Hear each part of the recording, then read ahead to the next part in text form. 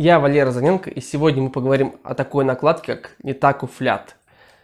Итак, Nitaku Flat – это гладкая накладка, которая есть на рынке двух видов. Есть Nitaku Flat Soft и Nitaku Flat Hard. Я пробовал обе модели.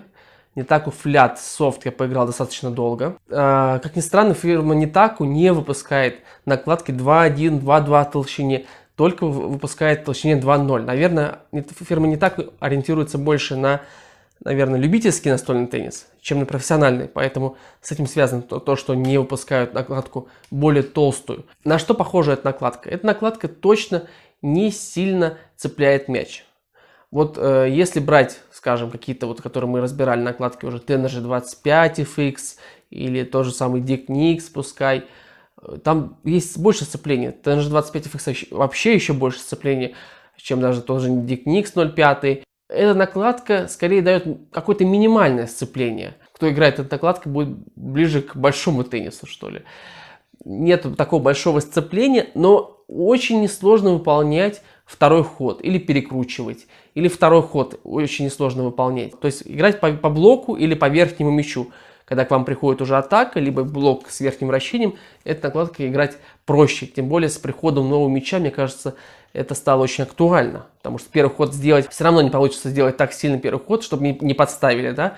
Но со вторым ходом, поскольку наш вид спорта стал более физически сложный, более атлетичный, то необходима накладка, которая будет легко делать второй ход. Вот Nitaku Flat является той самой накладкой. Плоская игра или вращение вторым ходом, ей делать, конечно, очень легко, и она вот тут является козырем. Является ли минусом то, что накладка не сильно цепляет мяч? Я считаю, что нет, потому что на блоке играть не так просто. Где-то она возьмет и зацепит мяч, а где-то мяч полетит не с таким большим вращением, и кто играет на блоке против такой накладки, ему приходится все время подбирать угол. Очень сложно подобрать угол, с которым приходит мяч, чтобы попасть точно на стол. Вот тут начинаются проблемы у игроков. По цене накладка доступная. Я думаю, что можно даже найти в каких-то магазинах. Эта накладка стоит порядка 1600 рублей. Но даже я не знаю, есть ли дешевле у японских накладок. Стоит ли рассматривать такую накладку, как версию Hard?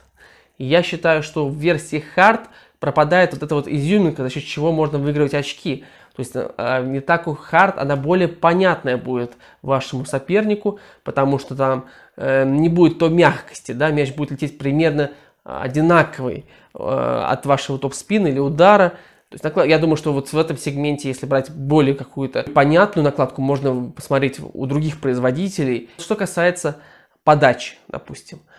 Здесь однозначно можно подавать и сильно крученные подачи. А за счет чего подается более крученная подача? За счет того, что мяч легко вжимается в накладку. Легко ее прожать. Поэтому можно придавать разные вращения, если мяч легко прожать. Но тут важно ваше все-таки умение, насколько вы будете хорошо чувствовать эту накладку.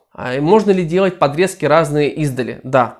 Это точно абсолютно. То есть вы сможете делать вот какие-то запилы, поскольку у нее нет такой большой чувствительности к чужому вращению, вы поэтому можете делать и такие амплитудные подрезки однозначно. Это будет получаться в стиле, Жени Щетинина, да, вот такие вот можно делать. Какую доску выбрать? Выбрать, я думаю, что Nitaku Flat Soft будет сидеть на любой доске, и жесткой однозначно, и на мягкую какую-то быструю доску поставить тоже будет нормально. Будет ли она играть на защитной доске, прямо если какая-то не очень быстрая защитная доска, да, тут надо посмотреть, да, посмотреть. Может быть, стоит использовать бустер, да, какой-то ускоритель, чтобы ускорить немного эту накладку. Но не забывайте, что накладка не очень толстая, если бустерить очень много, то она будет становиться тоньше. Тут надо тоже смотреть, как вот делать правильно, не переборщить.